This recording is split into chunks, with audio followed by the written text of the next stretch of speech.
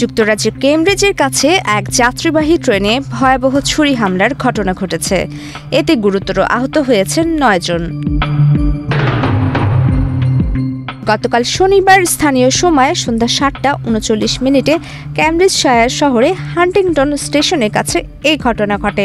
ব্রিটেনের পরিবহন পুলিশ জানিয়েছে, শনিবার স্থানীয় সময়ে সন্ধ্যা ৬টা ২৫ ইংল্যান্ডের সাউথ ইয়র্কশায়ার জেলার ডংস্টার শহর থেকে রাজধানী লন্ডনের কিংস ক্রসের উদ্দেশ্যে রওনা দিয়েছিল ট্রেনটি।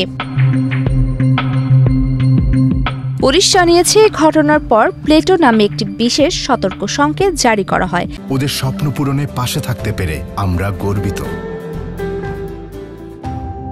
এই সংকেতটি সাধারণত বড় ধরনের সন্ত্রাসী হামলার আশঙ্কা দেখা দিলে দেওয়া হয়, পরে সেটি প্রত্যাহার করা হয়। হামলার উদ্দেশ্য সম্পর্কে কিছুই জানায়নি পুলিশ।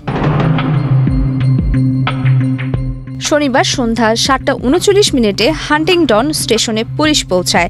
তারা ট্রেনটি থামিয়ে ২ জন ব্যক্তিকে গ্রেপ্তার করে। ট্রেনের একজন যাত্রী ও প্রত্যক্ষদর্শী জানান, ট্রেন যখন হান্টিংটন স্টেশনের কাছাকাছি পৌঁছালো সে সময় একজন আহত যাত্রী কামরায় ঢুকলেন। তিনি বলেন, ওদের হাতে ছুরি আছে, আমাকে ছুরিকাঘাত করা হয়েছে। ট্রেন থামার আগেই তিনি মেঝেতে লুটিয়ে পড়েন। প্রত্যক্ষদর্শীদের অনেকে জানিয়েছেন ৬ থেকে ৮ জন আহত হয়েছেন। কেউ কেউ বলছেন আহত ব্যক্তিদের সংখ্যা ১২ পর্যন্ত হতে পারে।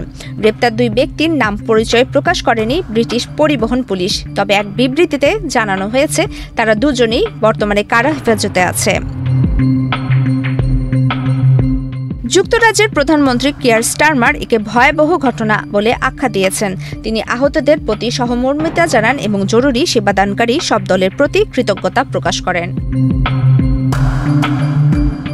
প্রমিতি কিবরিয়া ইসলাম, বাংলাদেশ প্রতিদিন।